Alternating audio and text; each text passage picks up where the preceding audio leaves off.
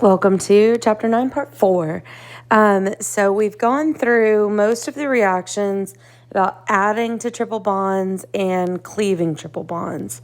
But there is one last reaction that's really important for synthesis, and it's something that we haven't done yet, and that is a reaction that creates a carbon-carbon bond. These reactions are super exciting for the organic chemist as we study compounds made of carbon. And so if we can start to build carbon skeletons, this is a big deal. And so the reactions that we learn where we can build carbon skeletons become really important for future synthesis reactions. And so something that we talked about at the beginning of the chapter was that we could take a terminal alkyne and we could treat it with a strong enough base to deprotonate it. And that is going to create an acetylide ion. Now, you have to use a strong enough base like sodium amide. Sodium hydroxide is not strong enough.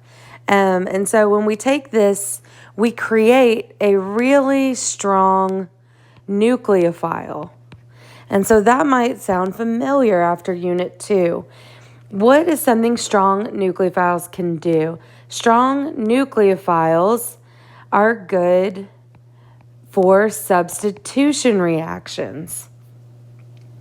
So if we then treat this good nucleophile with a good substrate, something with a good leaving group, we can get a nice SN2 reaction, and we can add an R group. We can build a new carbon-carbon bond. We can actually start with acetylene, and then we can build off of both sides. So even if you want to add the same thing to both sides, you have to do it in two chunks. And you can show it as a two-step reaction.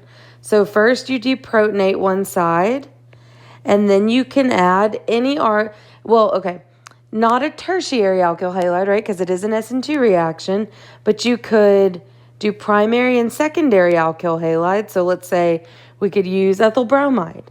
You could use an iodide or a chloride as well. That's going to give us two carbons attached to the two carbons in the acetylene. You could do it again, NaNH2, deprotonate the other side.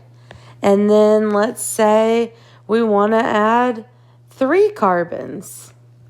All right, so I'll do a propyl bromide. That's going to add 1, 2, 3. 1, 2, 3. Then we have the 2 carbons from the acetylene. And then 1, 2. So 2 carbons plus 2 carbons plus 3 carbons ought to be 7.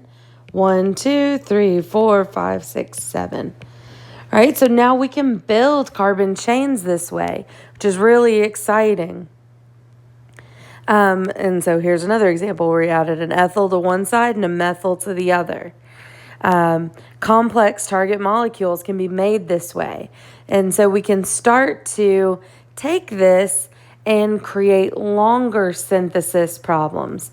Right now we can build carbon chains, we can reduce the triple bonds, we can add water and make carbonyls, we can add halogens, we can make double bonds, we can put halogens on and then do substitutions.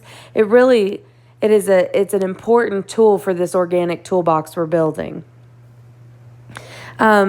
The last section is one I definitely recommend you spending some time going through in the book, going through on the slides.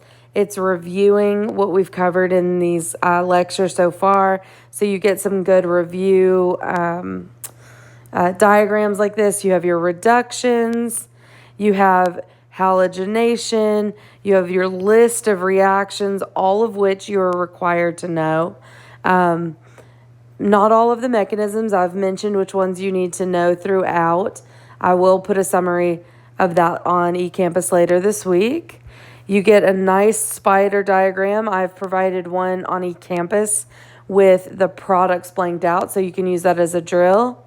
And that's it. That's the end of chapter 9. It's still a lot of reactions, but there's a lot of overlap with chapter 8. And so just stay organized and make sure you give yourself plenty of time to practice. And I will see you in chapter